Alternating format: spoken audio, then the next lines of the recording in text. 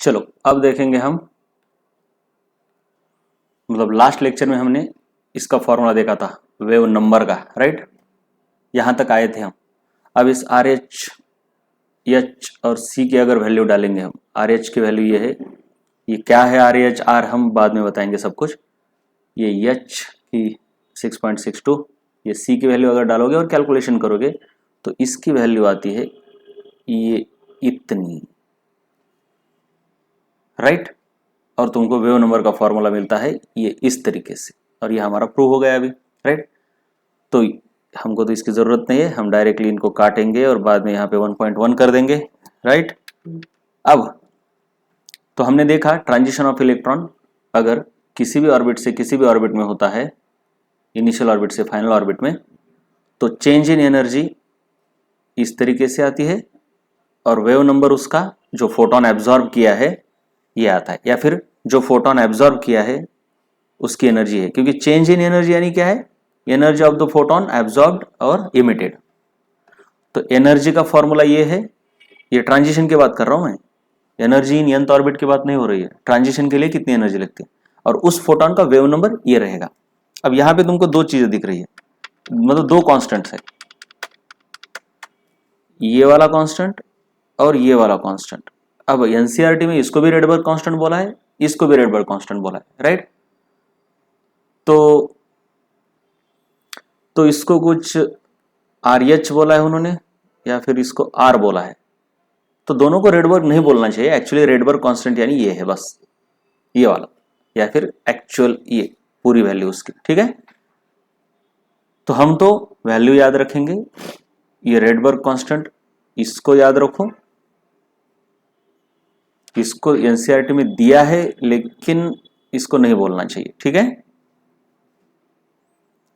Value तो याद रहनी चाहिए, वेव नंबर के लिए क्या वैल्यू है देखो, और एनर्जी ऑफ द फोटोन के लिए ये वैल्यू है, एनर्जी ऑफ द फोटोन से ही ये आया है, ठीक है, डिराइव करके।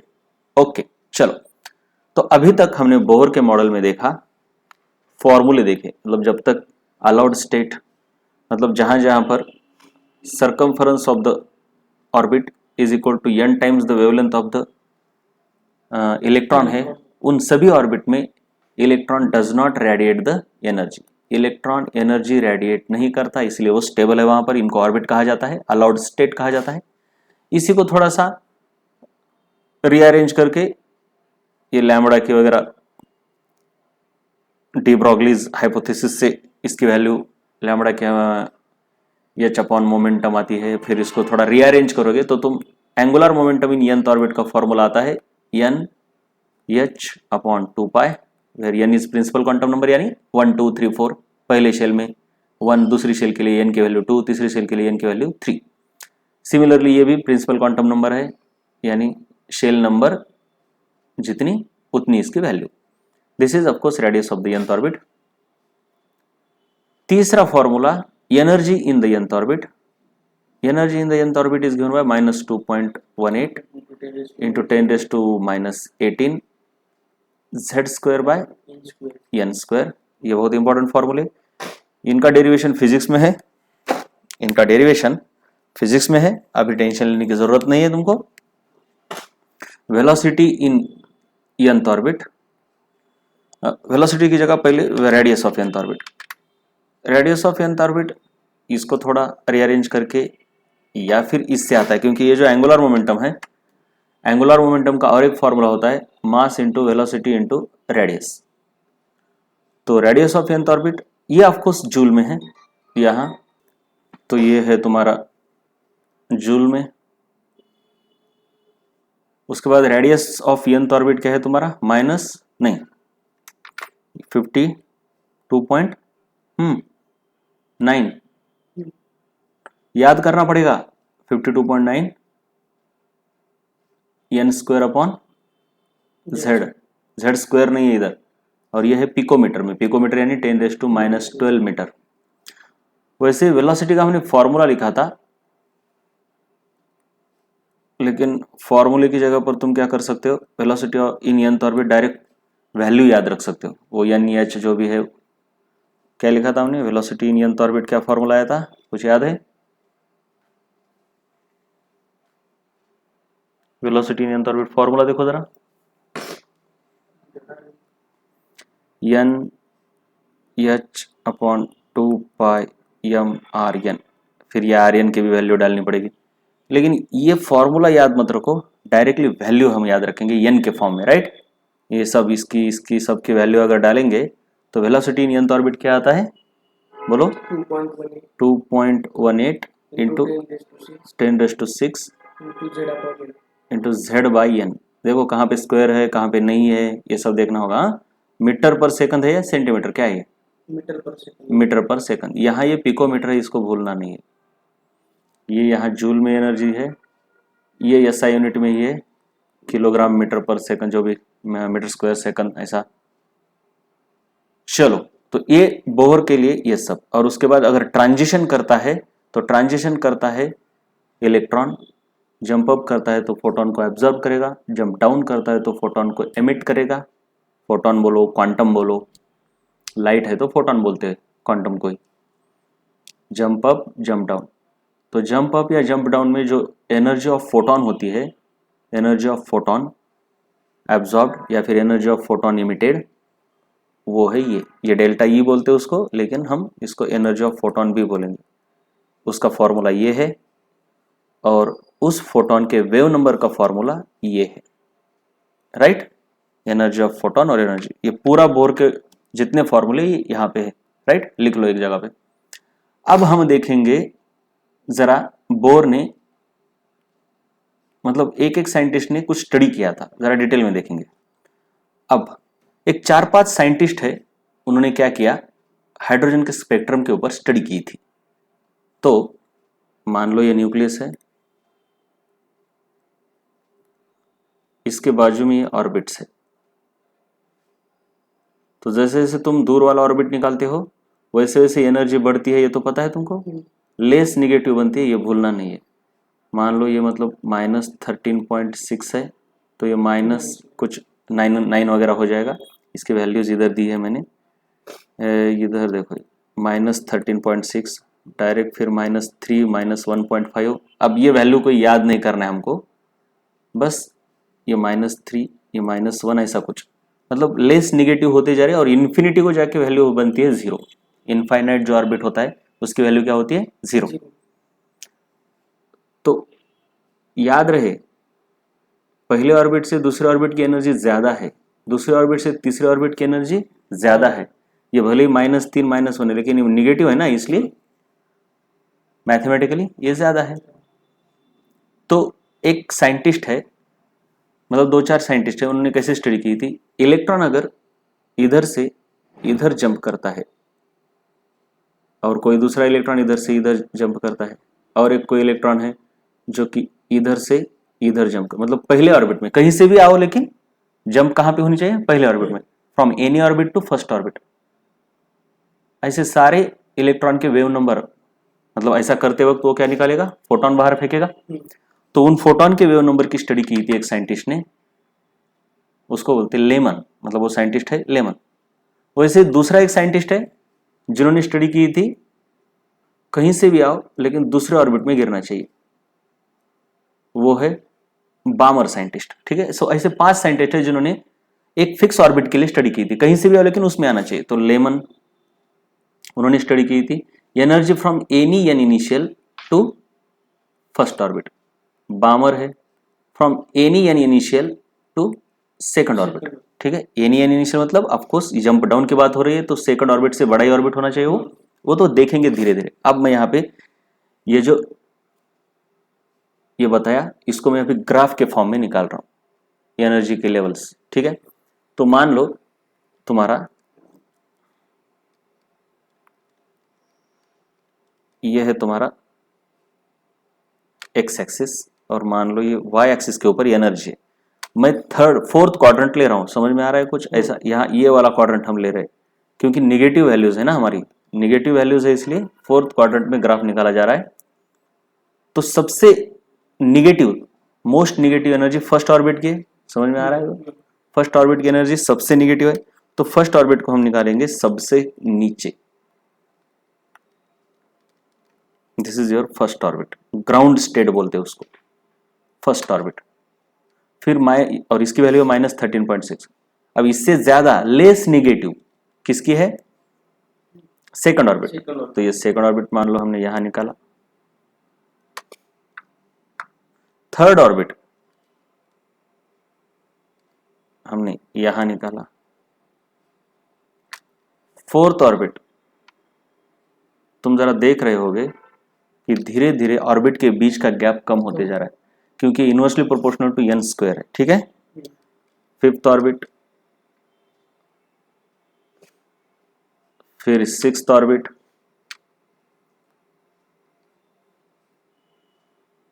एंड सो ऑन, ठीक है।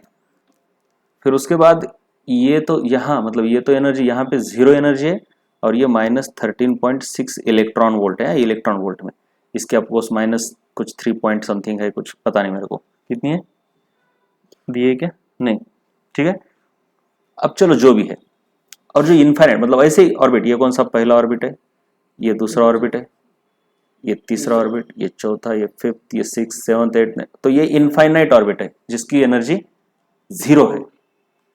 अब लेमन सीरीज अगर इस ग्राफ पर दिखाते हो, मतलब कहीं से भी आओ लेकिन कहां गिरना चाहिए? फर्स्ट ऑर्बिट में।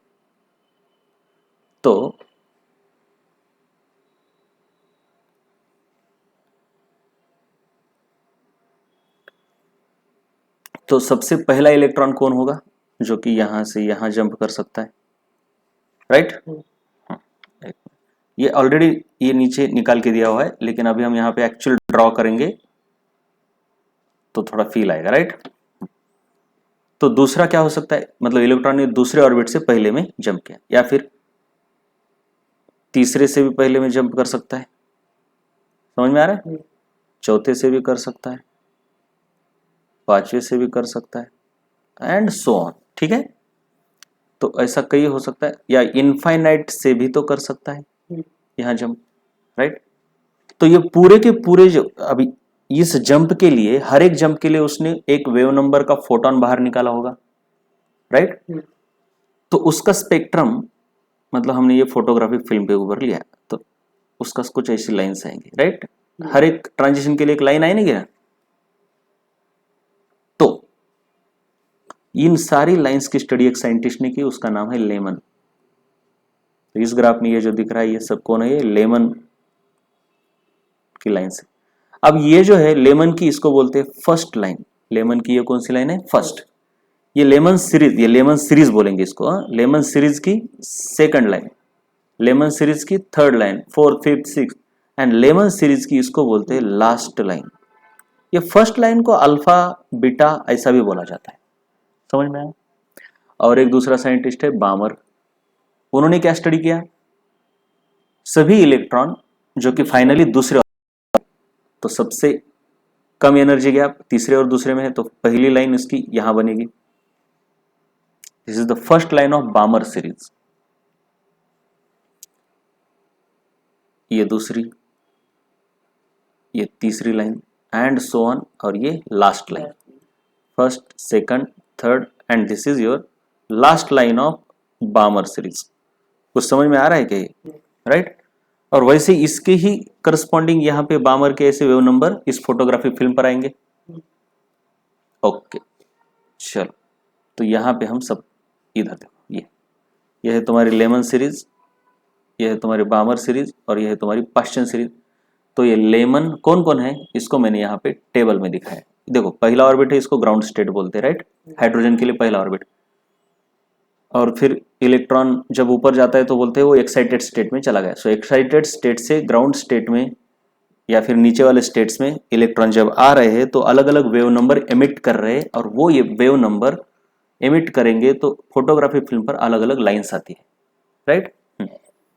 वो हमने ये भी देखा कि energy of the photon h c by lambda होता है या फिर एच न्यू होता है, मतलब फ्रीक्वेंसी ज़्यादा है तो एनर्जी ज़्यादा है, वेवलेंथ ज़्यादा है तो एनर्जी कम है, लेकिन 1 बाय लैम्बडा क्या होता है? एच सी इंटू न्यू होता है, राइट? तो वेव नंबर ज़्यादा तो एनर्जी ज़्यादा, ये तो समझ सकते हो। तो wave number, corresponding wave number इधर है, राइट? तो सबसे ज़्यादा एनर्जी वाला वेव नंबर ऊपर आएगा, फिर नीचे। अगर तुम इसकी बात करोगे तो ये वेव नंबर कैसे आएंगे? देखो, अब यहां बहुत इंपॉर्टेंट है कि ये पहले लाइन का वेव नंबर बहुत ज्यादा है, दूसरे लाइन का उससे थोड़ा ही ज्यादा है, बहुत ज्यादा नहीं है, तीसरे लाइन का तो और भी करीब है ना, क्योंकि गैप कम होते जा रहा है, ये भूलना नहीं। तो पहले लाइन का, चलो पहले लाइन का वेव नंबर अगर मैं यहाँ पे निकालता हूँ, मान लो कि यहाँ पर ऐसा वेव नंबर ऊपर बढ़ता जा रहा है, तो पहली लाइन का वेव नंबर यहाँ आया, तो दूसरी लाइन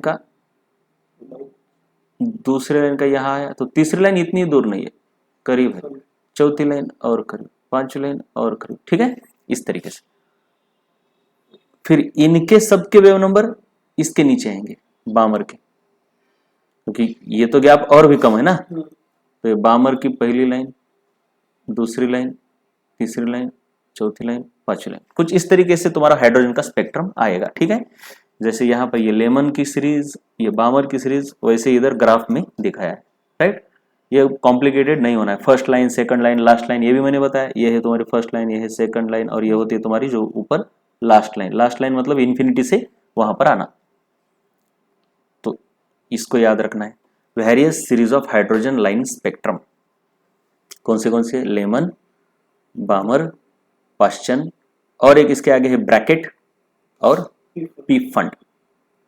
इनके लिए फाइनल ऑर्बिट क्या है, 1 2 3 4 5। फाइनल मतलब इलेक्ट्रॉन जब फाइनली आता है तो कहां पे आता है, इनिशियल क्या होगा, बस इससे एक ऊपर होना चाहिए। तो इसका इनिशियल क्या हो सकता है, 2 से लेकर इन्फिनिटी तक कोई भी, लेकिन इसका इनिशियल क्या होगा, 3 से लेकर इन्फिनिटी, 2 नहीं हो सकता, क्योंकि इसको आना है 2 में तो उसके ऊपर से आना पड़ेगा ना। तो पाश्चन के लिए 4 to infinity, 5 to infinity, 6 to infinity. अब तुम अगर देखोगे जितना ज्यादा एनर्जी गैप उतना वेव नंबर ज्यादा होगा, उतना वेव नंबर ज्यादा होगा। तो हमने ये जो हाइड्रोजन इलेक्ट्रोमैग्नेटिक स्पेक्ट्रम देखा है, उसमें ये देखा है कि अल्ट्रावायलेट का वेव नंबर ज्यादा होता है, यानी फ्रीक्वेंसी ज्यादा होती है, एनर्जी ज्यादा होती है। विजिबल लाइट यहाँ आती है और इंफ्रारेड इधर आता है, समझ में आ रहा है क्या। तो सबसे ज्यादा एनर्जी डिफरेंस लेमन की लाइन में था, क्योंकि पहली और दूसरी में बहुत ज्यादा डिफरेंस है, फिर बाद में करीब करीब है, ठीक है ना। तो पहली और दूसरी लाइन में सबसे ज्यादा एनर्जी डिफरेंस है, इसलिए लेमन की सभी लाइंस अल्ट्रावायलेट रीजन में आती है, बामर की लाइन विजिबल लाइट में आती है, विजिबल रेंज में, और पाश्चन, ब्रैकेट, पी फंड, इन तीनों की इंफ्रारेड में आती है। याद रखना है, बस कुछ नहीं। एब्सॉर्प्शन स्पेक्ट्रम इसके उल्टा होगा, ये इमिशन है ना, मतलब इमिशन में क्या है, ऊपर से नीचे आ रहे हो, तो ये है तुम्हारा यन इनिशियल और ये है तुम्हारा यन फाइनल। तो एब्सॉर्प्शन में सिर्फ क्या है, इधर से इधर जाएगा ये, तो यन इनिशियल को यन फाइनल बोलेंगे और यन फाइनल को यन इनिशियल। समझ में आ रहा है कुछ।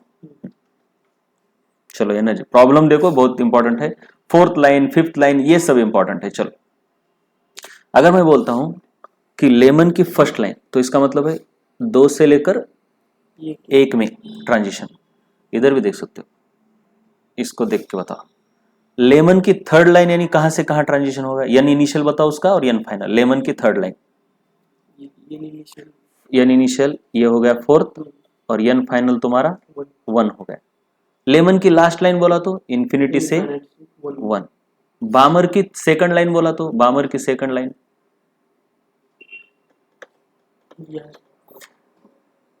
यन इज इक्वल टू 4 टू या। तो तुमको बोल सकते हैं बामर की थर्ड लाइन की वेव नंबर निकालो, तो तुमको पता होना चाहिए। जैसे कि यहीं से अगर तुमको बोलते हैं कि ब्रैकेट की थर्ड लाइन, तो ब्रैकेट की फर्स्ट लाइन तो यहां से यहां, राइट, सेकंड लाइन यहां से यहां, थर्ड लाइन यानी यहां से यहां। तो ब्रैकेट बोला तो तुमको क्या पता है, इसको एक तो याद रखना, L B P B P, right, L B P B P. Bracket बोला है तो ये है, ये बामर है, बामर, बाड़, बाड़ मतलब बच्चा, ठीक है, बच्चा पहले, बाद में ये बड़ा वाला ब्रैकेट, ठीक है। तो बामर की थर्ड लाइन, तो सबसे पहले बामर कौन है भाई, पहला, दूसरा, तीसरा, चौथा, चौथे ऑर्बिट के लिए इसकी थर्ड लाइन, यानी इसमें +3 कर दो बस, यानी +3 में 7, 7 से लेकर 4 में आएगा। पाश्चन की 6th लाइन बोला, तो पाश्चन का फाइनल ऑर्बिट क्या है, 5वां है, 5वां है, राइट। तो 6th लाइन यानी +6 करो, +6 यानी 11, 11 से लेकर 5 में ट्रांजिशन होगा, बस ऐसा है। चलो अब ये पूरा जो बोर का मॉडल है, जितने भी फॉर्मूले उसके ऊपर क्वेश्चन आते हैं, बहुत ही सिंपल, रेशियो लो, परसेंटेज निकालो या फिर वैल्यू निकालो, राइट। चलो ये पहला question. Energy in the fourth orbit of helium atom is this, unit जो भी है हमको कोई जरूरत नहीं। What is energy in second orbit, हमको क्या पता है। Energy in nth orbit is, जब भी तुमको फोर्थ में दिया है सेकंड में तो बस प्रोपोर्शनैलिटी लेना है, कांस्टेंट को लेने की जरूरत नहीं होती, लेकिन फिर भी लिखते हैं चलो। -2.18 18 -18 z square by n square, तो ये तो चला जाएगा। तो हम directly energy in fourth divided by energy in second is equal to, इसको कैसा लिखते हैं पता है ना, z तो सेम रहेगा क्योंकि एटम तो सेम है, तो तुम्हारा ये पूरा कांस्टेंट बन गया। एटम वही है ना, एटम नहीं बदला, तो z को भी लेने की जरूरत नहीं, जितना कांस्टेंट है उनको लेने की जरूरत नहीं, रेशियो ले रहे ना हम। तो रेशियो और प्रोपोर्शन के जो भी प्रॉब्लम है उनमें कांस्टेंट को लेने की जरूरत नहीं है। और तुमको पहले में दिया है, तीसरे में पूछा है, देखना है कि क्या क्या कांस्टेंट है, उनको लेना ही नहीं है, ठीक है। तो डायरेक्टली n बन गया, लेकिन ये डायरेक्ट है, इनवर्स है, n एनर्जी के साथ इनवर्स है, तो n4 नीचे आएगा और n2 ऊपर आएगा, राइट। और माइनस तो ये कांस्टेंट में चला गया। तो एनर्जी इन फोर्थ ऑर्बिट हमको निकालनी है। एनर्जी इन सेकंड ऑर्बिट कितनी दी है, -20 20 नहीं, जरा देखो ना। n2 यानी दूसरा ऑर्बिट, n4 यानी चौथा ऑर्बिट, n स्क्वायर है ना भाई, ये स्क्वायर है रे, ये स्क्वायर है, ठीक है ना, तो ये square. So energy in fourth orbit is equal to, इसका क्या होगा, ये 1/2 यानी 1/2 का स्क्वायर यानी 1/4, और ये नीचे जो 20 है ये इधर आएगा -20, समझ में आ रहा है। तो ये -5 units, -5 units energy in the, अरे उल्टा हो गया, अरे उल्टा हो गया बच्चे। एनर्जी इन फोर्थ ऑर्बिट दी है ना हमको, ये एनर्जी इन फोर्थ ऑर्बिट है, ये E2 है कि E4 है, E4 है, तो हमने उल्टा कर दिया, ये उल्टा कर दिया ना। हाँ तो बोलो एनर्जी इन फोर्थ ऑर्बिट -20 निकालनी कौन सी है, हम्म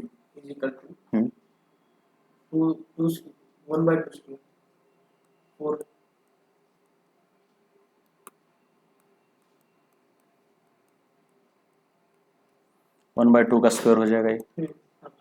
तो ये E2 इधर जाएगा और ये इधर आएगा, -20 × 4 is equal to, energy in second orbit is -80 unit. अब यहाँ पे जूल है कि क्या है पता नहीं, तो यूनिट है तो यूनिट ही लगाना है, कोई भी यूनिट हो सकता है।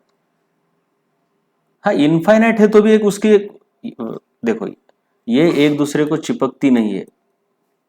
इनफाइनाइट का मतलब क्या है, कितनी भी हरे तो भाई और करीब आएगी, ये और करीब आएगी, ये और करीब आएगी, करीब करीब करीब, लेकिन उसकी फाइनल वैल्यू कुछ तो होगी, उसके आगे थोड़ी जाएगा।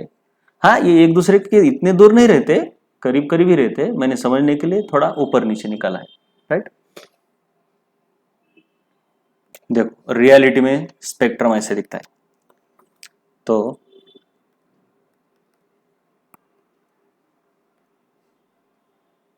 ये ऐसा है। इसमें देखोगे तो लेमन जो है, लेमन बिल्कुल ही दूर है, ये देखो यहाँ इनसे दूर है, इसके अंदर कोई घुस नहीं रहा, लेकिन पाश्चन देखो यहाँ से यहाँ तक है, और ये पाश्चन के अल्फा है, पी अल्फा मतलब पाश्चन के अल्फा यानी पहली वाली लाइन। और कभी भी अल्फा वाली लाइन जरा दूर है और बाकी की उनसे दूर है, क्योंकि गैप कम होते जाता है। वैसे ही अब ये बामर की अल्फा यहाँ है और बामर की बाकी लाइन इधर है, देखो बेटा, मतलब एक दूसरे के अंदर घुसी हुई है। और लेमन इतना दूर क्यों है, क्योंकि लेमन पहले ऑर्बिट को डील करता है, पहला ऑर्बिट बहुत नीचे है ना, तो ये गैप बहुत ज्यादा बन जाता है। बाकी क्या है, देखो ये -13 है, ये -3 है, ये -1 है, ये गैप कितना है, 10 का गैप है। तो लेमन इसलिए इतना दूर है सबसे, लेमन सबसे इतना दूर क्यों है, क्योंकि लेमन पहले ऑर्बिट के लिए है और ये एक दूसरे के अंदर घुस भी रहे हैं। अल्फा मतलब ये पाश्चन के अल्फा, ये ब्रैकेट के अल्फा है, ये फंड के अल्फा है, कुछ समझ में आ रहा है ये देखो, और एक दूसरे के अंदर घुसे भी है ये, ठीक। हमको तो बस पी फंड तक है, आगे नहीं है हमको। और कुछ इसमें? तो ये तो अल्फा है, ये बीटा होगी फिर, है ना? फिर इसके बाद ये गामा। वैसे ये पाश्चन की अल्फा इधर है रेड कलर में, पाश्चन की बीटा यहाँ है, और पाश्चन के अल्फा के ऊपर भी ये ब्रैकेट के आ चुके हैं, राइट? तो ये एक दूसरे के अंदर घुसते हैं, नो प्रॉब्लम। चलो ये वाला क्वेश्चन देखेंगे, पढ़ो इसको। An electron jumps from second orbit to fifth orbit in helium He plus atom. Find first wave number of photon absorbed, second wavelength and frequency of photon absorbed, third to which region of electromagnetic spectrum does photon belong? देखो अब ये jump up है कि jump down है? Up है। Jump up, jump up है तो इसमें डेल्टा ई भी पॉजिटिव आएगा, वेव नंबर भी पॉजिटिव आएगा। जंप डाउन है तो वैल्यू निगेटिव आती है, वेव नंबर की भी वैल्यू निगेटिव आएगी। लेकिन इसका मतलब ये नहीं कि निगेटिव वेव नंबर बाहर गिर गया, नो, निगेटिव वेव नंबर नहीं होता, बस ये इंडिकेट ये करता है कि जंप डाउन है यानी इमिशन है।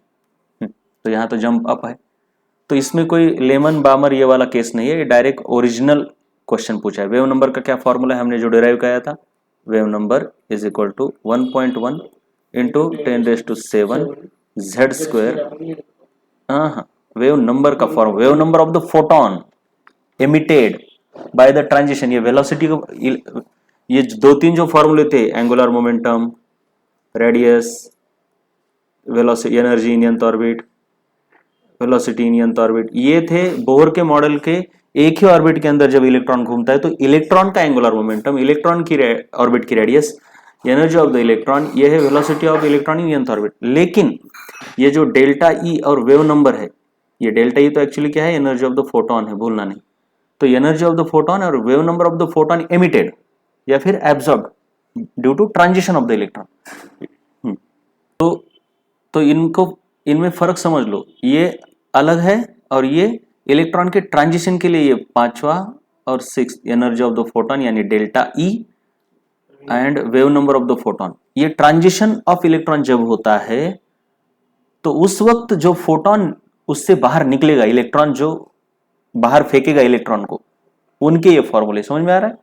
तो ये तो ट्रांजिशन है ना बेटा, ट्रांजिशन है, ठीक है।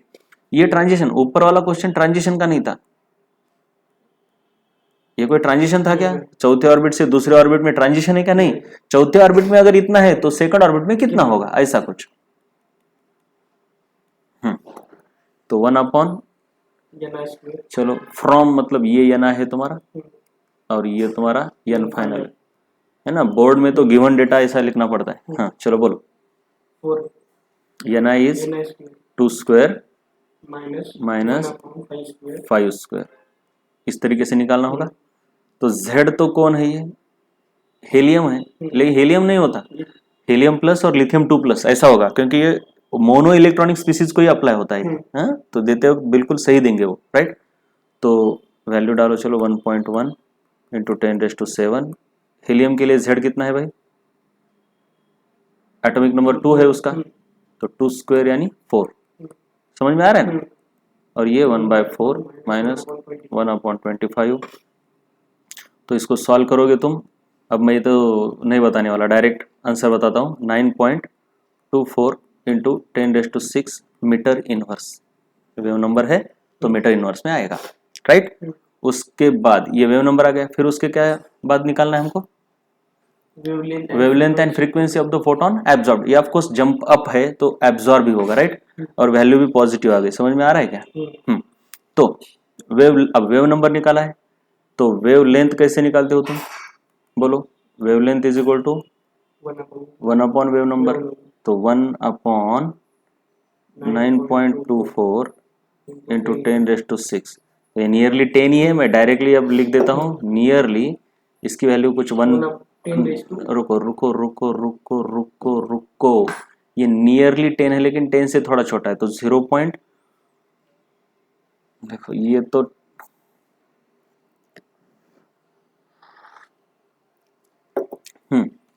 तो ये अगर 10 होता तो 0.1 होता, लेकिन ये 0.11 ऐसा कुछ आएगा, right. Into 10⁻⁻, 1.1 into 10 minus, number बड़ा पावर कम, मीटर।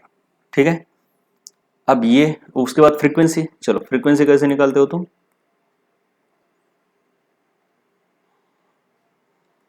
चलो बताओ।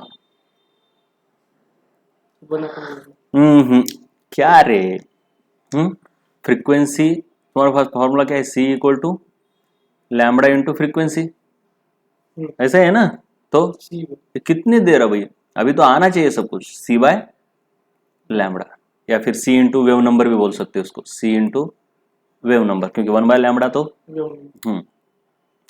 तो चलो इसके नीचे क्या होगा फिर? ये c is 3 into 10⁸ into what is wave number? 9.24 into 10⁶। तो इसको हम करें, ये तो नियरली कुछ 28 आएगा। ठीक है, ज़्यादा टेंशन नहीं ले रहा, मैं रफ कर रहा हूँ। 10⁻14 हर्ट्ज। तो 10⁻14 है, तो ये इलेक्ट्रोमैग्नेटिक स्पेक्ट्रम के किस कहाँ पे बिलोंग करता है? चलो यहाँ से भी निकाल सकते हो। 10⁻⁷ ये इलेक्ट्रोमैग्नेटिक स्पेक्ट्रम के कौन से पोर्शन को बिलोंग करता है ना, to which region of the electromagnetic spectrum. तो वेव नंबर देखो जरा, स्पेक्ट्रम देखो एक बार, और स्पेक्ट्रम में देख के बताओ मेरे को कि ये कहाँ बिलोंग करता है। तीसरा है रे भाई ये, ओहो, दूसरे के अंदर ही वेवलेंथ निकालनी है और दूसरे के अंदर ही फ्रीक्वेंसी भी निकालनी है। तो ये तुम्हारा क्वेश्चन तीसरा है। बताओ 10⁻⁷ वेव नंबर का वेवलेंथ कहाँ है? इस वेवलेंथ को देख के रीजन बताना है। 10⁻⁷। इंफ्रारेड में आ रहा है। इंफ्रारेड देखो, हमको ये भी पता है सेकंड ऑर्बिट लेमन, और ये फिफ्थ। सेकंड ऑर्बिट से लेकर अगर कोई ट्रांजिशन है तो ये बामर की सीरीज बन जाती है। समझ में आ रहा है क्या कुछ? बस ये एब्सॉर्प्शन स्पेक्ट्रम है। तो सेकंड ऑर्बिट से फिफ्थ यानी बामर से, तो ये विजिबल लाइट में आएगा। जरा ठीक से देखो। समझ में नहीं आ रहा है ना? ठीक है, लेकिन पता है मेरे को ये विजिबल में ही आता है। विजिबल लाइट वैसे तो 300 नैनोमीटर से नियरली 700 नैनोमीटर है। तो हमारा क्या आ गया? 10⁻⁷। सो इधर देखोगे तो 3 इंटू 10⁻⁷ आएगा, है ना? इसको अगर मीटर में कन्वर्ट करोगे तो ये, तो इससे तो इस नंबर से तो हमारा ये नंबर छोटा है, मतलब वेवलेंथ और छोटी है, मतलब अल्ट्रावायलेट में। इंफ्रारेड में कैसे आ रहा है? वेवलेंथ छोटी है तो अल्ट्रावायलेट में जाएगी ना। तुम किसको देख रहे हो? वेवलेंथ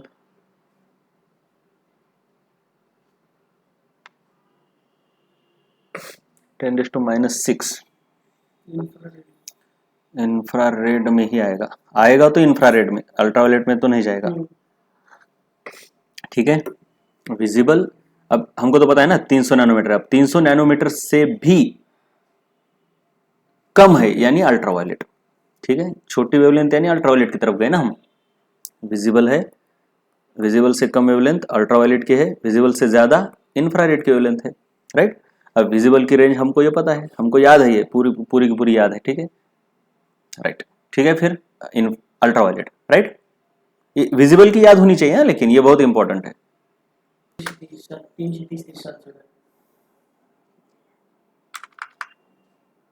एक्चुअली देखा जाए तो ये 380 है। हाँ, ये 380 टू 750 विजिबल लाइट 380 टू 750 है। 380 टू 750 इसको याद रखना पड़ेगा। अगर नहीं याद रहा तो फिर 400 टू 700 ऐसा भी लिख सकते हो। लेकिन ये विजिबल लाइट इंपॉर्टेंट है, राइट। इससे कम है तो अल्ट्रावायलेट, इससे ज़्यादा वेवलेंथ है तो इंफ्रारेड। अभी हमने क्वेश्चन लिया था जंप अप का, यानी क्वांटम के एब्सॉर्प्शन का। अब थोड़ा एक क्वेश्चन लेते हैं हम, क्वेश्चन 16A बोलेंगे उसको। Quantum emitted when jumps from 4th to 2nd। ये जंप अप है या जंप डाउन है? जंप डाउन है। ठीक है, तो हमको पूछा है टाइम पीरियड, लेकिन हमारे पास फॉर्मूला टाइम पीरियड का नहीं है। एक है एनर्जी का फॉर्मूला, दूसरा है वेव नंबर का फॉर्मूला। ठीक है, कौन सा इस्तेमाल करना है? वेव नंबर का इस्तेमाल करेंगे, right. For the transition the quantum emitted या फिर एब्जॉर्ब, कुछ भी हो, वेव नंबर क्या आएगा? वेव नंबर का फॉर्मूला क्या है? 1.1 into 10⁻⁷ n 1 upon n i square minus 1 upon n final square. देखो हाँ Z रह गया ना, Z भी तो चाहिए, हाइड्रोजन है तो Z1 हो जाएगा, लेकिन यहाँ तो लिथियम दिया है ना भाई, तो 1.1 इंटू 10⁻⁷ इंटू लिथियम इस तीसरा, हाइड्रोजन हीलियम लिथियम तीसरा है, तो Z इज 3, तो Z स्क्वायर कितना आ गया, चलो ठीक है 3 का स्क्वायर लिखेंगे हम इंटू हाँ 1 बाय इनिशियल ऑर्बिट क्या है 4th 2, सो 4 स्क्वायर माइनस 2 स्क्वायर, तो ये तुम्हारा हो गया, ये तो एक्चुअली 9 है, तो 9 इंटू 1.1 कितना हो गया 9.9 इंटू 10⁻⁷, ये नीचे ये एक्चुअली 4 है, चलो ठीक है 1/16 माइनस 1/4, ठीक है, तो 9.9 इंटू 10⁻⁷, क्रॉस मल्टीप्लाई मत करो, एलसीएम ले लो यहाँ पे, एलसीएम यानी डिनोमिनेटर को सेम करेंगे, है ना, डिनोमिनेटर को सेम किया तो ये नीचे 16 और ये -3 आ गया। अब ये माइनस क्यों आ रहा है, क्योंकि क्वांटम एमिट हुआ है, इसका मतलब ये नहीं कि इसका आंसर एक्चुअली माइनस है, माइनस नहीं है, ठीक है, वेव नंबर तो पॉजिटिव है। चलो तो 9.9 इंटू 10⁻⁷, ये -3/16, माइनस का मतलब है एमिशन, एमिट हुआ है बस, बाकी कुछ भी नहीं, एक्चुअली वेव नंबर पॉजिटिव ही है। तो और कुछ क्या है, कुछ नहीं ना, हाँ तो ठीक है। अब ये तो कितना हो गया फिर, यहाँ अगर लिखोगे तो ये 29.7/16 इंटू 10⁻⁷, ये इमिशन है, इसलिए अब माइनस को नहीं लिखेंगे हम, राइट, माइनस लिखेंगे नहीं अभी, क्या फिर ठीक है चलो लिखेंगे भी, तो फाइनली क्या लिखना है देखें, हाँ तो इक्वल टू ये 16 16 13 बचा, 137 हुआ व्हाट, हाँ 16 8 सा 1.8 बस हो गया, इससे आगे जाने की जरूरत नहीं है। कितना 90, हाँ 85 इंटू 10⁻⁷ मीटर इनवर्स, याद रहे ये वेव नंबर है, ठीक है, माइनस आया, द नेगेटिव साइन इंडिकेट्स, हम इतना यहाँ पे लिख सकते हैं, यहाँ पे negative sign indicates emission, emission of quantum, जब पता नहीं है तो सिर्फ क्वांटम लिखो, क्योंकि वो लाइट को भी चलेगा किसी को भी चलेगा, राइट, तो फोटोन नहीं लिखना है, quantum, therefore wave number of, ठीक है ये तो पूछा ही नहीं हमको, सो वेव नंबर की वैल्यू क्या आ गई 1.85 इंटू 10⁻⁷। अब हमको निकालना है क्या, टाइम पीरियड। अब टाइम पीरियड का कैसे रिलेटेड है, देखो time period, velocity is wavelength upon time period, wavelength into frequency है ना, तो फ्रीक्वेंसी को मैंने 1 बाय टाइम पीरियड लिखा, समझ में आ रहा है क्या या नहीं आ रहा, फ्रीक्वेंसी, राइट, अब वेवलेंथ को मैं 1 बाय वेव नंबर लिखता हूँ और फ्रीक्वेंसी को 1 बाय टाइम पीरियड लिखता हूँ, तो इस तरीके से c is equal to 1 by time period into wave number, तो तुम्हारा टाइम पीरियड का फॉर्मूला क्या आता है 1/c into wave number, right, so time period is equal to 1/c, कितना है भाई 3 इंटू 10⁻⁸, और वेव नंबर कितना है 1.85 इंटू 10⁻⁷, ठीक है। अब इसको सॉल्व करेंगे हम, इसको सॉल्व करने पर क्या आता है, time period is equal to, nearly लिखेंगे अभी, ये 1.5, ये 5.5 आ रहा है, राइट, ये 8 और 7 15, तो ये इंटू 10⁻⁻15, तो ऊपर हम क्या लिखेंगे 10 इंटू 10⁻⁻16 अपॉन 5.5, तो ये नियरली बनेगा, ये एक्चुअली 2 आता है लेकिन ये कुछ 1.7 नियरली बता रहा हूँ मैं, into 10⁻⁻16 second, this is time period, okay. अब ये वाली हाइड्रोजन स्पेक्ट्रम में पाश्चन सीरीज की wave number first line, fourth line और लास्ट लाइन निकालनी। तुमको पता होना चाहिए L B P B P, Lyman, Balmer, Paschen, Brackett, Pfund. तो तुम्हारा ये पहला, दूसरा, तीसरा। तो पाश्चन के लिए जो फाइनल है थर्ड, एन फाइनल, पता है ना, एन फाइनल हमने देखा, ऐसा ऐसा रहता है जो भी है, इधर से आता है ये ऐसा कुछ है ना, ये ऐसा कुछ है ना, जो भी है, ये पहली लाइन रहती है, ये दूसरी लाइन रहती है, फिर ऊपर से आती है तीसरी लाइन रहती है, राइट। तो अब directly for Paschen n final is fix and that is 3। अब एन इनिशियल क्या है, कौन सी लाइन बोली है भाई? हाँ, अब एन इनिशियल अलग रहेगी, एन इनिशियल अलग रहेगी, फर्स्ट लाइन के लिए अलग, फोर्थ लाइन के लिए अलग, लास्ट लाइन के लिए अलग, ठीक है। और हाइड्रोजन स्पेक्ट्रम बोला है तो Z इक्वल टू 1।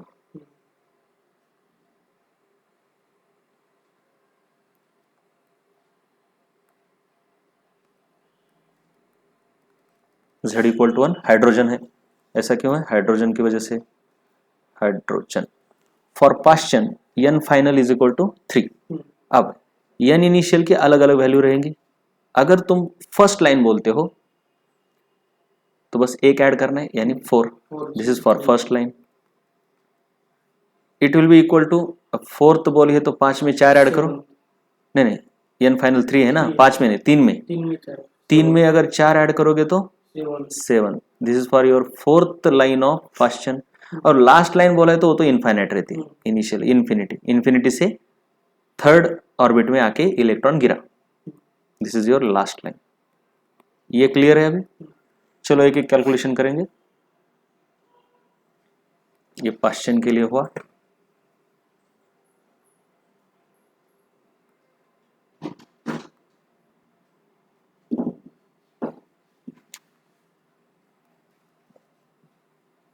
चलो सबसे पहले किसका wave number? First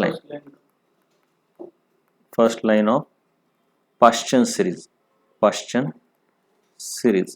we know the wave number is given by 1.1 into 10⁻⁷ into z square 1 upon ni square minus 1 upon n final square. Wave number is 1.1 into 10⁻⁷ 1 square into in bracket initial क्या है तुम्हारा? First line के लिए initial होगा 4 और N final तो fix होता है पाश्चन के लिए 1/16 1/3 स्क्वायर, ठीक है। जब कुछ नहीं बोला है तो इमिशन स्पेक्ट्रम ही कंसिडर करना है, मतलब एन फाइनल छोटा होगा, एन इनिशियल बड़ा होगा। लेकिन एब्सॉर्प्शन स्पेक्ट्रम बोला तो उल्टा होगा, एन इनिशियल छोटा और एन फाइनल बड़ा। वैल्यू उतनी ही आती है, बस प्लस माइनस ऐसा रहता है, कुछ भी नहीं। बाय डिफॉल्ट तुमको लेमन बामर पाश्चन बोला है तो इमिशन ही पूछते हैं। इमिशन है मतलब पॉजिटिव, वेव नंबर पॉजिटिव आएगा। वेव नंबर क्या आएगा? पॉजिटिव आएगा। सो 1.1 इंटू 10⁻⁷ जो भी है 1/16 माइनस 1/9। अब ये कैलकुलेशन तुम करो, ठीक है। मैं डायरेक्टली दिखा रहा हूं अभी कैलकुलेशन, राइट। ये देखो यहाँ पे क्या कैलकुलेशन, ये ठीक है। तो फर्स्ट पाश्चन लाइन, अरे नहीं यहाँ गलती, इनफाइनाइट गलत लिया है इधर। तो देखो इधर फर्स्ट पाश्चन लाइन, फर्स्ट के लिए एन इनिशियल तुम्हारा क्या होगा? 4 और एन फाइनल 3 होगा। तो ये देखो ये कैलकुलेशंस सही है। ओ कैलकुलेशंस में कुछ गलती है क्या, देखना पड़ेगा आराम से। माइनस आ रहा है, माइनस नहीं आना चाहिए ना, -16। ये देखो इधर क्या होता है, एन इनिशियल रहता है ना, तो एन इनिशियल तुम्हारा 4 है, मतलब बड़ा है, तो ये निगेटिव आएगा। माइनस कैसे आ रहा है फिर? इमिशन स्पेक्ट्रम है ना तुम्हारा, तो एक्चुअली तुम्हारा n initial square minus n final square ही रहता है ना। फिर हाँ बिल्कुल सही, इमिशन में माइनस ही आएगा, राइट। ये इमिशन स्पेक्ट्रम है, राइट। तो ये -7 दिस जो भी, अभी मैं ये कैलकुलेशन नहीं करा रहा, ये देखो। So this is your wave number. ये क्या है तुम्हारा? वेव नंबर है, ठीक है। कौन सी लाइन का? फर्स्ट लाइन का। अब फोर्थ लाइन का देखते हैं जरा। फोर्थ लाइन का करेंगे हम। फर्स्ट लाइन का कितना आया फिर वेव नंबर फाइनली पूरा कैलकुलेट माइनस 5.1 इंटू 10⁻7 क्या। अब फोर्थ लाइन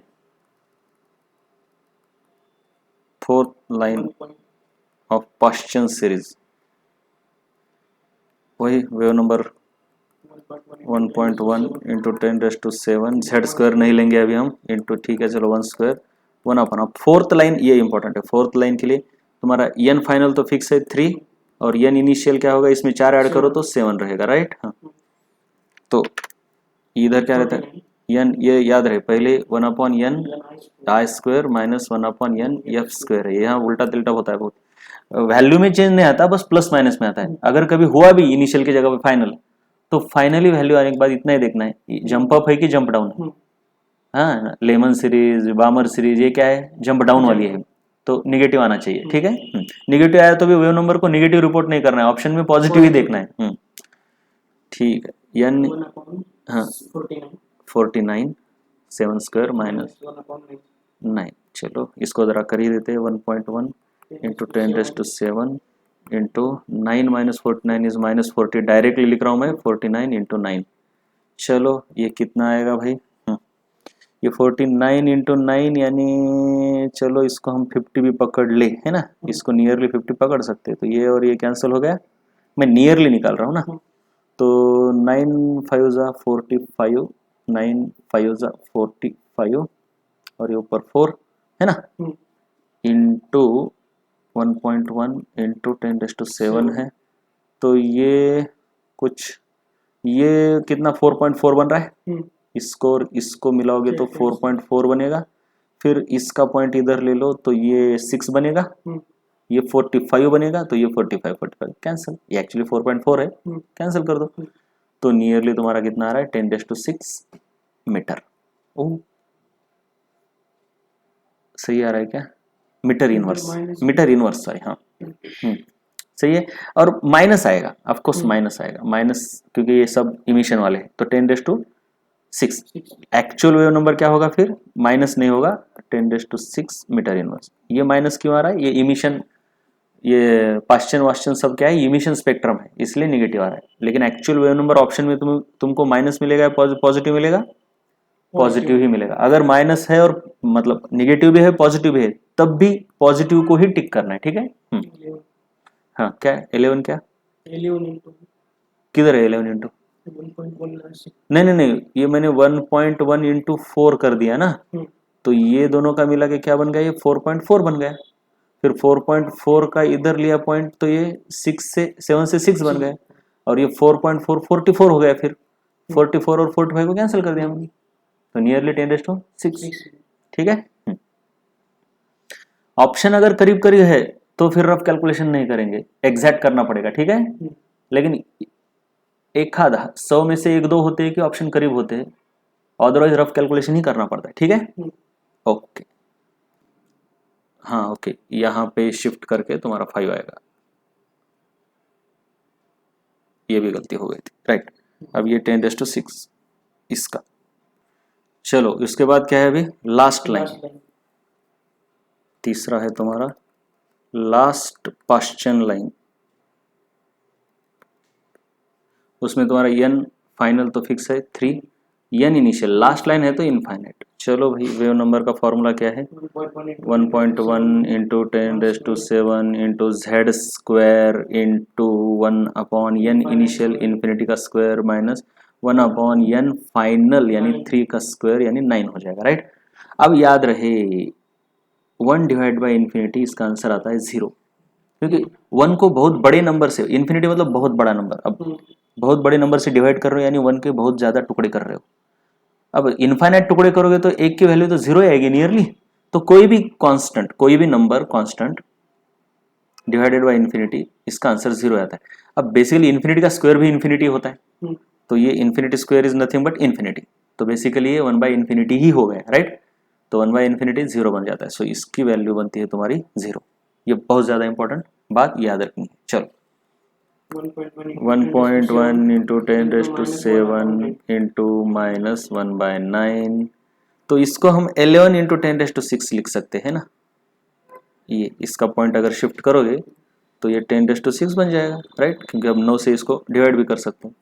सो 9 1 ज़ा 9, 9 2 ज़ा 18, 2 बचे, फिर से 9 2 ज़ा 1.22, ये माइनस है, इंटू 10⁶ मीटर इनवर्स है। ये तुम्हारा वेव नंबर का फॉर्मूले से आंसर आया, लेकिन ऑप्शन में माइनस होगा क्या? अगर होगा भी तो माइनस को टिक नहीं करना है। एक्चुअल वेव नंबर क्या है तुम्हारा 1 पॉइंट, क्योंकि वेव नंबर निगेटिव होता ही नहीं, 1.22 इंटू 10⁶ मीटर इनवर्स। ये निगेटिव का मतलब क्या है कि इमिशन हुआ है, इसीलिए निगेटिव आता है आंसर, लेकिन एक्चुअली वेव नंबर कभी निगेटिव नहीं होता, राइट, वेवलेंथ भी निगेटिव नहीं होती। ओके, चलो और एक क्वेश्चन होता है क्या, find ionization potential of hydrogen atom. Basically what is the meaning, formula for ionization potential of hydrogen हम निकालेंगे। आयोनाइजेशन पोटेंशियल क्या होता है भाई, कि हाइड्रोजन मतलब कोई भी एटम हो, उसके इलेक्ट्रॉन को वैलेंस शेल से इन्फिनिटी को लेके जाना, उसके लिए कितनी एनर्जी लगती है, उसको आयोनाइजेशन पोटेंशियल बोलते हैं। अब हाइड्रोजन में तो एक ही इलेक्ट्रॉन है, पहले ऑर्बिट में है, तो इसको इन्फिनिटी को लेके जाना है। जंप अप है या जंप डाउन है, जंप अप है, तो इसमें आपको एनर्जी देनी पड़ेगी। सो ये कितनी एनर्जी देनी पड़ेगी, इसको डेल्टा ई बोलते हो, या फिर एनर्जी ऑफ द फोटोन भी बोलते हो, एनर्जी ऑफ द क्वांटम भी बोलते हो इसको। ये इस एनर्जी को बोलते हैं आयोनाइजेशन पोटेंशियल। अब एक एटम के लिए कितनी एनर्जी लिखती है, अब इसकी वजह से तो डेफिनेशन पर मोल की जाती है, लेकिन अभी हम देखेंगे एक एटम के लिए, right. So ionization potential is energy required to remove the electron from initial orbit to infinity. So ionization potential is delta E from EF to EI। What is E final, E final, अभी energy का formula क्या है जरा याद रखो तुम, energy in nth orbit is given by 2.18 है ना, उसको हम R बोले थे, राइट। ये R अलग है और वो 1.1 वाला R अलग है, एनर्जी वाला R क्या है 2.18 है ना, तो ये R actually minus R Z² by n²। अब हाइड्रोजन के लिए तो Z क्या है 1 है, तो ई फाइनल तो मैं क्या लिखूंगा इधर -R Z² by n final square minus R Z² upon n initial square. अब n फाइनल तो तुम्हारा इन्फिनिटी है ना, इन्फिनिटी को लेके जाओ, इनिशियली पहले ऑर्बिट में n फाइनल तुम्हारा इन्फिनिटी है, तो ये तुम्हारा 0 बन जाएगा और ये माइनस और माइनस प्लस बन जाएगा, राइट। तो इसलिए पहला वाला 0 लिखा इधर और ये तुम्हारा n इनिशियल, तो माइनस माइनस प्लस बन के आयोनाइजेशन पोटेंशियल इज दिस। अब अगर तुम वैल्यू डालोगे R की वैल्यू माइनस नहीं है 2.18 इंटू 10⁻18 और Z की वैल्यू हाइड्रोजन के लिए 1 है, Z इज इक्वल टू 1 और इनिशियल ऑर्बिट हाइड्रोजन के लिए 1 ही है, ठीक है ना। वैसे भी मोनो इलेक्ट्रॉनिक स्पीसीज के लिए ही ये फॉर्मूले है। तो आयोनाइजेशन पोटेंशियल तुम्हारा इतना आता है, मतलब जो कि पहले ऑर्बिट की एनर्जी है, energy of the electron in first orbit इतनी होती है। इलेक्ट्रॉन वोल्ट में इसको कन्वर्ट करोगे तो 2.18 मतलब -13.6 ही आना चाहिए, right. 2.18 into 10⁻18 into electron volt में कन्वर्ट करना है, तो डिवाइडेड बाय 1.6 इंटू 10⁻19। चलो इसको अगर करोगे तुम तो ये कितना 1.36 आएगा, ये इसको डिवाइड करोगे तो और इंटू 10, तो इसका मतलब 13.6 इलेक्ट्रॉन वोल्ट। याद रहे पहले ऑर्बिट में एनर्जी रहती है इलेक्ट्रॉन की -13.6, एनर्जी उतनी है, लेकिन आयोनाइजेशन पोटेंशियल माइनस नहीं है, वो प्लस होता है। Energy of the electron in first orbit is -13.6 electron volt. अब उसको इन्फिनिटी तक लेकर जाने के लिए देखो यहाँ पे इसकी एनर्जी कितनी है -13.6 है, इसको इन्फिनिटी को लेकर जाने के लिए देनी कितनी पड़ेगी 13.6 इतनी देनी पड़ेगी, तभी तो ये और ये मिला के 0 होगा ना, इन्फिनिटी में 0 रहता है, राइट। तो याद रहे energy of the electron in first orbit वो नेगेटिव रहेगी, लेकिन आयोनाइजेशन पोटेंशियल पॉजिटिव रहेगा, तो माइनस प्लस वहां पे याद रखना है, नहीं तो हमेशा सर ने बोला है माइनस आया तो भी प्लस करना है, ऐसा नहीं। Energy of the electron negative रहेगी, लेकिन उसको निकालने के लिए कितनी एनर्जी लगती है पॉजिटिव। तो हमने बोर का मॉडल बहुत सारे डिटेल में देखा है, तो ड्रॉबैक्स ऑफ बोर्स मॉडल देखेंगे। Basically Bohr model could not explain कुछ चीजें, ये इसने ये स्पेक्ट्रम तो एक्सप्लेन कर दिया, स्पेक्ट्रम ऐसे एक्सप्लेन कर दिया क्या है, कुछ किस तरीके से ये क्यों फॉलो कर रहा है ये सीरीज, ठीक है, वो फॉर्मूले भी डिराइव किए। लेकिन इस स्पेक्ट्रम को अगर तुम जूम करते हो, जूम इन करते हो, तो इसके आजू बाजू में भी कुछ ऐसी लाइन दिखाई दे रही है छोटी छोटी। जूम करने के बाद जो लाइन एक लग रही थी वो जूम करने के बाद कई सारी छोटी छोटी लाइन से बनी हुई है। तो ये एक्चुअली ये तो एक ही लाइन लग रही थी, उसको जूम करने पर इसके अंदर भी तुमको पैटर्न दिखाई दे ऐसा ऐसा ऐसा। तो ये क्या है, क्योंकि शेल के अंदर सब शेल रहती है, इसके लिए अलग अलग आता है, लेकिन सेल के अंदर सब शेल रहती है बोर को पता नहीं, इसलिए he could not explain फाइनर details of hydrogen atom. फाइनर मतलब जूम करने के बाद जो बारीकियां होती है, फाइनर मतलब बारीकियां, ये वो नहीं बता पाए। Spectrum of multi electron species भी वो एक्सप्लेन नहीं कर पाया, मोनो इलेक्ट्रॉनिक स्पीसीज के लिए ही अप्लाई होता है। It could not explain, Bohr's model could not explain splitting of the spectral lines in presence of external electric field and magnetic field. Electric field क्या है, ये लाइन ये चलो मान लो एक है, लेकिन एटम को अगर इलेक्ट्रिक और मैग्नेटिक फील्ड में रखा जाए तो ये लाइन स्प्लिट हो रही थी, इसके ये ऐसे ऐसे स्प्लिट हो रही थी। एक लाइन है इलेक्ट्रिक फील्ड में और मैग्नेटिक फील्ड में रखा जाए तो एक ही लाइन की ऐसी तीन तीन चार चार लाइन बन रही थी। तो ऐसी लाइन क्यों स्प्लिट हो रही है ये भी वो बता नहीं पाए। इलेक्ट्रिक फील्ड में रखने पर लाइन का स्प्लिटिंग होना स्टार्क इफेक्ट, मैग्नेटिक फील्ड में रखने पर लाइन का स्प्लिटिंग होना जीमैन इफेक्ट। उसके बाद वो बॉन्डिंग कैपेबिलिटी ऑफ एटम भी नहीं बता पाया। वो ये नहीं बता पाया कि एटम अकेले क्यों नहीं रहते, वो बॉन्ड बनाते हैं, क्योंकि नेचर में तो यूजुअली मॉलिक्यूल पाए जाते हैं, तो ये बॉन्ड क्यों बनाते हैं, ऑक्टेट है और डुप्लेट है, ये कुछ नहीं बता पाया वो। क्या कहा गया है लास्ट में, ये देखो, इट वाज इनकंसिस्टेंट विद, देखो कुछ देर बाद हम सीखेंगे डी ब्रोगलीज हाइपोथेसिस और हेजनबर्ग अनसर्टेनिटी प्रिंसिपल। तो इन दो प्रिंसिपल के साथ बोहर का मॉडल फेल होता है, इनकंसिस्टेंट है, यानी इनके रिजल्ट के साथ बोहर का मॉडल मैच नहीं करता। वो क्या है आगे देखेंगे हम, राइट, ओके।